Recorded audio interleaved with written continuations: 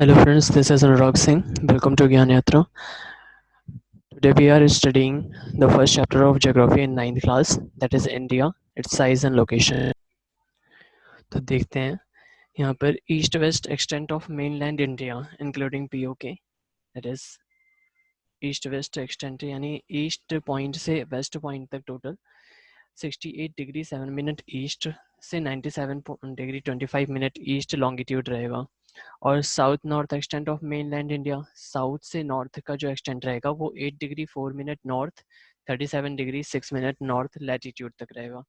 ठीक है, ये लॉन्गिट्यूड लैटिट्यूड में डिफरेंस क्या है ये तो पता होना चाहिए। लॉन्गिट्यूड जो होता है उसे हिंदी में देशांतर रेखाएं कहते हैं। इट मीन्स कि वो पोल्स से होता हुआ जाएगा। ठीक है, तो टोटल लॉन्गिट्यूड्स जो रहते हैं वो 360 होते हैं और लैटिट्यूड्स जो होते हैं वो इक्वेटर के पैरेलल रहेंगे। ठीक है, तो टोटल लैटिट्यूड्स जो रहेंगे वो 180, 90 ऊपर रहेंगे 90 डिग्रीज, 90 डिग्रीज नीचे रहेंगे। ठीक है, तो टोटल 180 डिग्रीज के हो गए। टोटल लोकेशनल एक्सटेंट की बात करें हम इंडिया की, तो हम बोल सकते हैं 8 degree 4 minute north to 37 degree 6 minute north latitude and 68 degree 7 minute east to 97 degree 25 minute east longitude. ये टोटल लोकेशनल एक्सटेंट रहेगी इंडिया की। हम यहाँ पे भी इस चीज़ को देख सकते हैं, 68 degree 7 minute east, just minute, 68 degree 7 minute east से 97 डिग्री 25 मिनट ईस्ट, ये यहाँ पर लॉन्गिट्यूड में जा रहा है। और 8 डिग्री 4 मिनट नॉर्थ से लेकर यहाँ 30 sorry just minute 37 degree 6 minute north, 37 degree 6 minute north यहाँ तक जा रहा है। ठीक है, कश्मीर टू कन्याकुमारी ये रीजन ऐसे, और यहाँ से ये गुजरात से होता हुआ अरुणाचल प्रदेश, ये टोटल एक्सटेंट रहेगा। आगे देखते हैं, ये ऊपर जम्मू कश्मीर का मैप है। यहाँ पे हम देखते हैं, देखिए जम्मू कश्मीर है, ये यहाँ तक का पार्ट जो है, ये इतना पार्ट इंडिया का रहेगा यहाँ तक, इस पॉइंट तक। ठीक है, ये पार्ट जो है नॉर्थ रीजन पाकिस्तान के पास है, ये पार्ट अक्साई चीन का चाइना के पास है, ये पूरा पार्ट पाकिस्तान के पास रहेगा। इसमें पाकिस्तान के पास ये वाला पार्ट भी था, लेकिन इसको जो है चाइना को एज गिफ्ट दिया गया है। ठीक है, सियाचिन ग्लेशियर ये पार्ट भी चाइना के पास है। ऑक्युपाइड बाय इंडिया मतलब यहाँ पे डिस्प्यूटेड रीजन है एक तरीके से, चाइना भी इस पर बात करता है कि हमारा है, और इंडिया भी इस पर अपना पोजीशन तय करता है। नीचे देखते हैं, यहाँ पे कुछ इंपॉर्टेंट पॉइंट्स हैं इस चैप्टर से रिलेटेड। जैसे एरिया के बारे में बात करें तो with an area of 32,87,263 kilometre square, ये इंडिया की एरिया है ना। इस एरिया के according India 7th largest country है पूरे वर्ल्ड की। अगर इंडिया 7th लार्जेस्ट कंट्री है तो फर्स्ट 6 कौन कौन से हैं? फर्स्ट 6 हैं Russia, Canada, United states, China, Brazil and Australia. तो ये 6 कंट्रीज जो हैं, just a minute, Russia, Canada, United states, China, Brazil and Australia, ये 6 कंट्रीज़ हैं जो, हाँ जो ये 6 कंट्रीज़ हैं जो एरिया के अकॉर्डिंग फर्स्ट टू 6 हैं, और 7th कंट्री हमारी इंडिया है जिसका एरिया कितना आया, 32,87,263 किलोमीटर। आगे देखते हैं, India accounts for about 2.4% of the total surface of the area of the world. तो टोटल वर्ल्ड, पूरे वर्ल्ड की जितनी एरिया है उसका 2.4% टोटल सरफेस एरिया इंडिया के पास अकेले है। ठीक है, southern most point of the country, southern most point जो सबसे नीचे का पॉइंट है इंडिया के पास, उसको इंदिरा पॉइंट बोलते हैं। Indira point 6 degree 45 minute north latitude पे सिचुएटेड है। ठीक है, इंदिरा पॉइंट को ही पहले पिग्मेलियन पॉइंट भी बोला जाता था और पार्सन्स पॉइंट भी बोला जाता था। तो ये इंदिरा पॉइंट कैसे बन गया? इंदिरा गांधी का टूर था उधर 1980s के मिड में, तो उसके बाद से 1980s के मिड में वहाँ पे उनका टूर था, मतलब गई थी वो, तो वहाँ पे जाने की वजह से अनाउंसमेंट होती है पार्लियामेंट में। तो पार्लियामेंट में एक लोकल मेंबर इस बात को उठाता है और उसके अकॉर्डिंग वहाँ पे 10 अक्टूबर 1985 को प्रॉपर रीनेमिंग की जाती है, रीनेमिंग सेरेमनी, ठीक है। तब से उसका नाम वहाँ पे इंदिरा पॉइंट बन गया है। 2004 में सुनामी की वजह से ये डूब गया था, तो 4.5 मीटर्स नीचे ये डूब गया है। वहाँ पे एक लाइट हाउस है, लोकल लाइट हाउस, वो अभी भी वहाँ पे सिचुएटेड है, तो वहाँ पे दिख जाएगा। इस तरीके से साउदर्न मोस्ट पॉइंट जो है इंदिरा पॉइंट हो गई। नेक्स्ट चेक करते हैं, east west with. East west with ये जो रहेगी वो रन ऑफ कच्छ, ये रन ऑफ कच्छ किधर है? गुजरात में। तो गुजरात से अरुणाचल प्रदेश की जो विथ रहेगी वो 2933 किलोमीटर्स की रहेगी। और नॉर्थ साउथ एक्सटेंट यानी north Kashmir, south for Kanyakumari, ठीक है। तो कश्मीर में इंदिरा कॉल है, कश्मीर में, वहाँ से कन्याकुमारी का जो एक्सटेंट रहेगा वो 3214 किलोमीटर का रहेगा टोटल, ठीक है।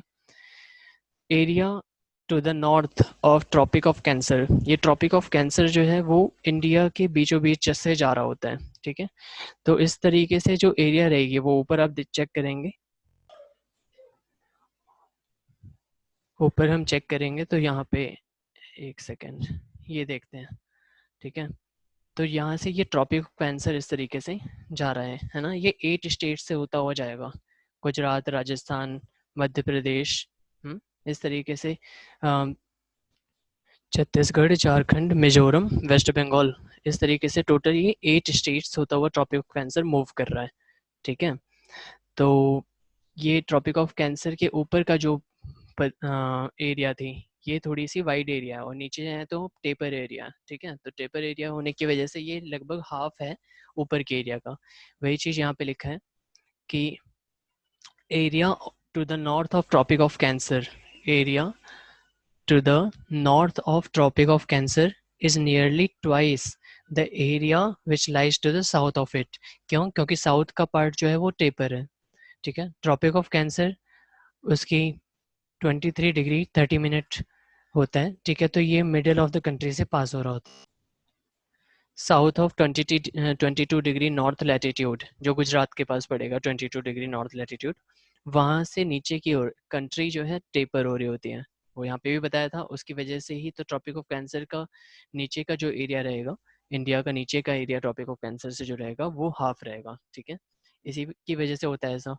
तो टेपर हो रहा होता है ये लगभग 800 किलोमीटर्स तक, ठीक है। अच्छा, time along the standard median of India, ये जो स्टैंडर्ड मीडियन रहेगी इंडिया की जो है 82 डिग्री 30 मिनट ईस्ट, ठीक है। ये कहाँ से पास हो रही होती है? ये मिर्ज़ापुर यूपी से पास हो रही होती है। इसको स्टैंडर्ड टाइम लिया गया है कंट्री के लिए, ठीक है, इंडिया के लिए। लैटिट्यूडनल एक्सटेंट इन्फ्लुएंस करता है डे एंड नाइट को, क्यों? क्योंकि साउथ से नॉर्थ अगर कोई पर्सन मूव करे तो लैटिट्यूडनल एक्सटेंट बिल्कुल इन्फ्लुएंस करेगा ड्यूरेशन को, डे एंड नाइट की। कैसे करेगा अभी देखते हैं। इसके लिए आगे क्वेश्चन दिया हुआ है, हम वहाँ पे चेक कर लेंगे। फिलहाल अभी हम ये 10th पॉइंट देखते हैं। 10th पॉइंट है ईस्ट वेस्ट टाइम डिफरेंस। हाँ, तो ईस्ट से वेस्ट की ओर अगर कोई मूव करे, या टाइम डिफरेंस कितना रहेगा कि 4 o'clock वहाँ पे होते हैं, तो 4 o'clock जो है दूसरे साइड यानी गुजरात में कितने टाइम बाद होंगे? तो वो बिल्कुल 2 आवर्स बाद होंगे। ऐसा क्यों रहेगा? ऐसा इसलिए रहता है क्योंकि अर्थ जो है रोटेट करती है, अर्थ रोटेट करती है अपने एक्सिस पर 360 डिग्री 24 आवर्स में। तो 24 आवर्स में 360 डिग्री अगर रोटेट कर रही है तो 1 डिग्री कितने टाइम में रोटेट करेगी? पहले हमें इसको निकालना पड़ेगा। 1 डिग्री निकालने के लिए 1/360 इंटू 24 इंटू 60 करना पड़ेगा, ठीक है। तो उससे हमें मिनट्स पता चल जाएंगे। तो 4 मिनट का यहाँ पे डिफरेंस आता है, मतलब 4 मिनट 1 डिग्री में कवर करती है। तो हम चेक करें अगर यहाँ पे एक हम चेक करें यहाँ पे, तो हम यहाँ पे देख रहे थे कि 68 डिग्री 7 मिनट ईस्ट से 97 डिग्री 25 मिनट ईस्ट है, यानी लगभग ये 30 डिग्री का डिफरेंस आ रहा है, ठीक है। तो 30 डिग्री का डिफरेंस आने का मतलब है कि 30 और यहाँ पे 4 मिनट्स का कवर कर रहा था 1 डिग्री के लिए। हाँ, तो 4 इंटू 30 दैट इज 120 मिनट्स हो जाएगा। 120 मिनट्स मतलब 2 आवर्स। तो 2 आवर्स से ये पूरा टाइम लेता है अरुणाचल प्रदेश और गुजरात का time difference. So India has a land boundary of about 15,200 kilometres. तो टोटल लैंड बाउंड्री जो इंडिया की रहेगी वो 15,200 किलोमीटर की है। लेकिन जो लेंथ रहेगी कोस्ट लाइन की, कोस्ट लाइन मीन्स की जो समुद्री तट रहेगा, तो उसकी जो कोस्ट लाइन रहेगी ये इंक्लूडिंग अंडमान एंड निकोबार और लक्षद्वीप टोटल लेते हुए, तो ये 7516.6 किलोमीटर्स की रहेगी। अच्छा, पूछा जाए कि सबसे लंबी कोस्ट लाइन कौन से स्टेट के पास है, तो बिल्कुल सबसे लंबी कोस्ट लाइन गुजरात के पास है।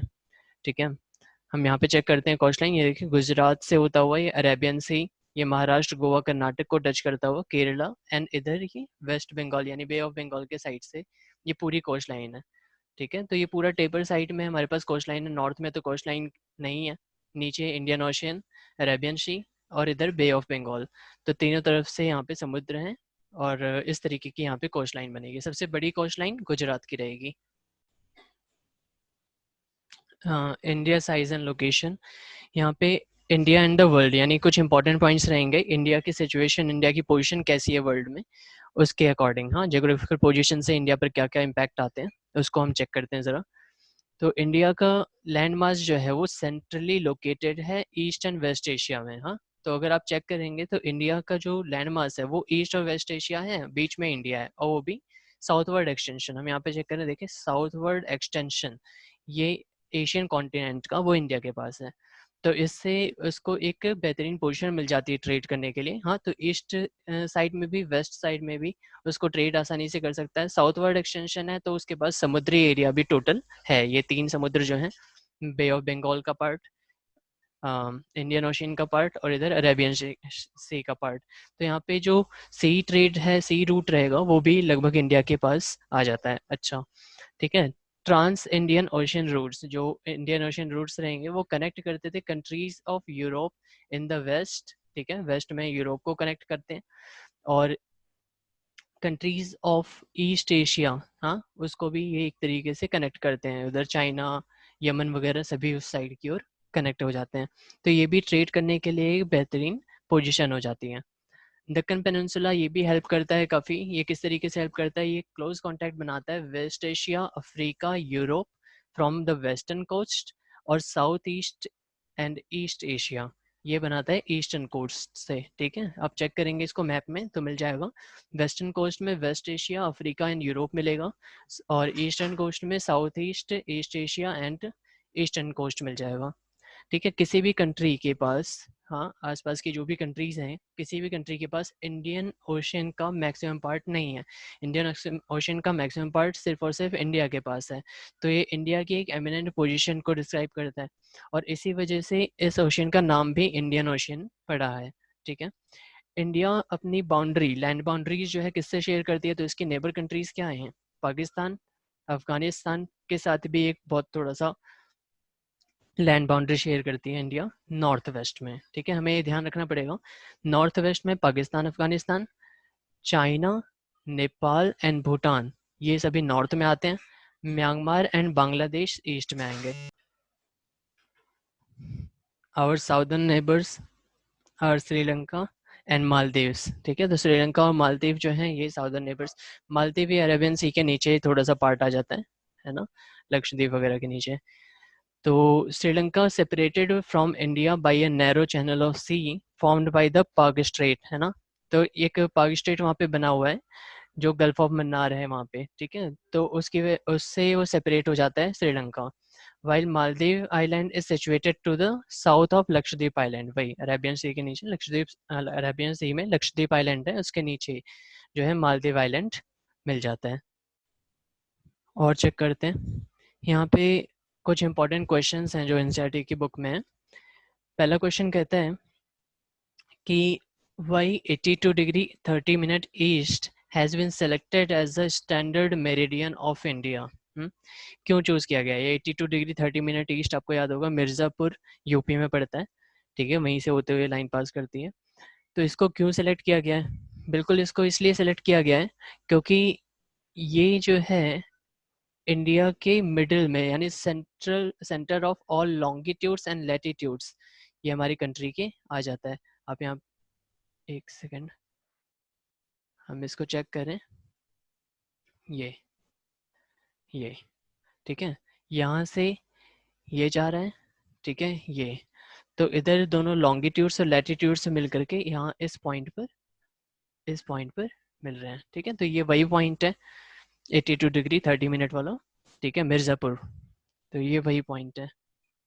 तो क्योंकि ये सेंट्रली लोकेटेड होता है दोनों लॉन्गिट्यूड और लैटिट्यूड्स के, इसी वजह से इसको मेरिडियन पॉइंट लिया गया है, ठीक है। अच्छा, नेक्स्ट आता है क्वेश्चन 2 कि why is the difference between the duration of the day and night hardly felt at Kanyakumari but not so in Kashmir.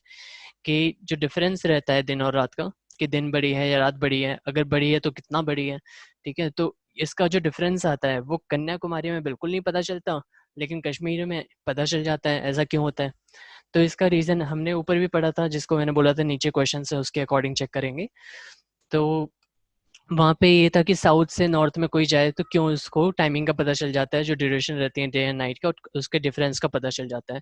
तो ऐसा इसलिए है क्योंकि अगर आप अर्थ को चेक करें, तो अर्थ का इक्वेटर है, इक्वेटर के ऊपर हमारा जो साउथर्न पार्ट है, जिसको हम बोलते हैं 8 डिग्री 4 मिनट ईस्ट पे, सॉरी नॉर्थ पे आता है, ठीक है। तो 8 डिग्री 4 मिनट नॉर्थ की मैं बात करूँ तो वो 0 डिग्री यानी जो इक्वेटर है उसके पास ही है, और वहाँ पे सन की लाइट हमेशा आती रहती है, ठीक है। तो हमेशा आने की वजह से वहाँ पे दिन ज़्यादा बड़ी रहेगी, रात थोड़ी कम रहेगी, लेकिन जो इसका डिफरेंस है वो पता नहीं चलता, ठीक है।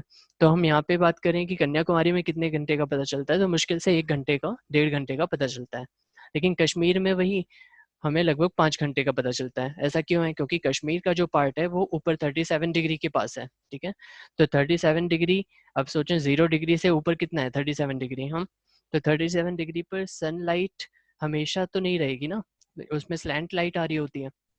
तो स्लैंट लाइट आने की वजह से वहाँ पे दिन और रात का डिफरेंस पता चल जाता है, ठीक है। यहाँ पे चेक करते हैं, एक second.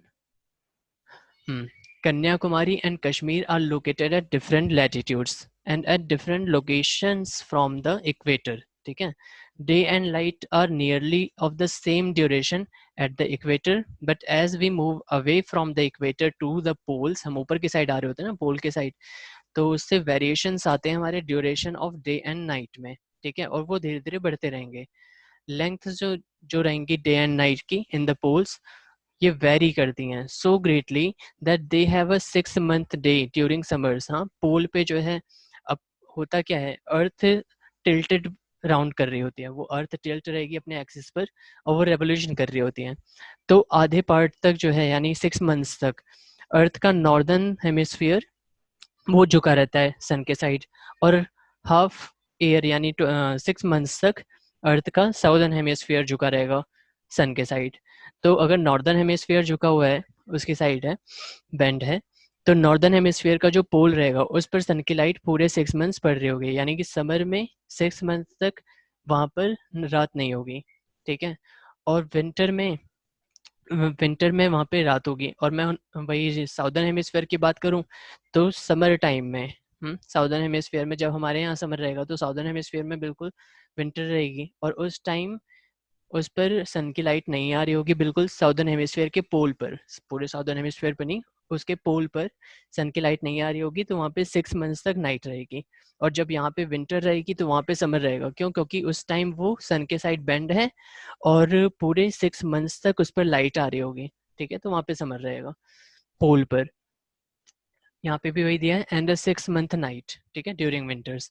On the other hand the equator has a fixed 12 hour day and night, ठीक है। इक्वेटर के पास fix 12 hour day and night रहता है। क्यों? क्योंकि इक्वेटर तो सीधा सन के सामने है, ठीक है। तो उसका जो पार्ट सन के सामने आ रहा है, आधा जो पार्ट सन के सामने आ रहा है, तो उसके उसके पास जो है डे रहेगा, ठीक है। और फिर जब वो रोटेट कर जाती है तो उसका दूसरा पार्ट, जो बैक वाला पार्ट था, वो इस टाइम फ्रंट में आ जाएगा। फ्रंट में आने की वजह से वहां पर डे और जो पीछे है वहां पे नाइट हो जाएगी। तो यहाँ पे बराबर बराबर का रहता है, ठीक है। तो their lengths are not influenced by seasons, ठीक है। तो सीजन से उस पर कोई फर्क नहीं पड़ता। अच्छा, कश्मीर जो है वो 37 डिग्री नॉर्थ लैटिट्यूड पे, जो बता चुका हूँ मैं, which means that it is 37 degrees away from the equator on it, ठीक है। It is 37 degrees away from the area which receives direct sunlight. अगर इक्वेटर से दूर होने का मतलब कि वो वही एरिया है जो डायरेक्ट सनलाइट को रिसीव करती है, तो उससे 37 डिग्री अवे है, ठीक है। This difference is of about 5 hours in Kashmir, while as Kanyakumari is quite near the equator at 8 degree 4 minute north. जो कन्याकुमारी है वो 8 डिग्री 4 मिनट नॉर्थ पे है, ठीक है। इस वजह से वहाँ पे टाइम का जो डे नाइट का डिफरेंस है वो मुश्किल से 1 घंटे 1.5 घंटे का पता चलता है, ठीक है। So there is a big day night difference in the Kashmir while the duration of day and night is hardly felt at Kanyakumari, ठीक है। This is the reason that the difference between the durations of day and night is hardly felt in Kanyakumari but not so in Kashmir, ठीक है। तो ये आज का chapter यहाँ पे एंड होता है। किसी कोई क्वेश्चन अगर इससे रिलेटेड कुछ पूछना रहेगा तो फिर कमेंट सेक्शन में हैशटैग माई क्वेश्चंस करके वहाँ पे आप क्वेश्चन डालेंगे, मैं उसका रिप्लाई कर दूंगा। Thank you. अगर चैनल को सब्सक्राइब नहीं किया तो प्लीज़ सब्सक्राइब कर लें ताकि आगे आने वाली वीडियो को आप पहले देख सकें।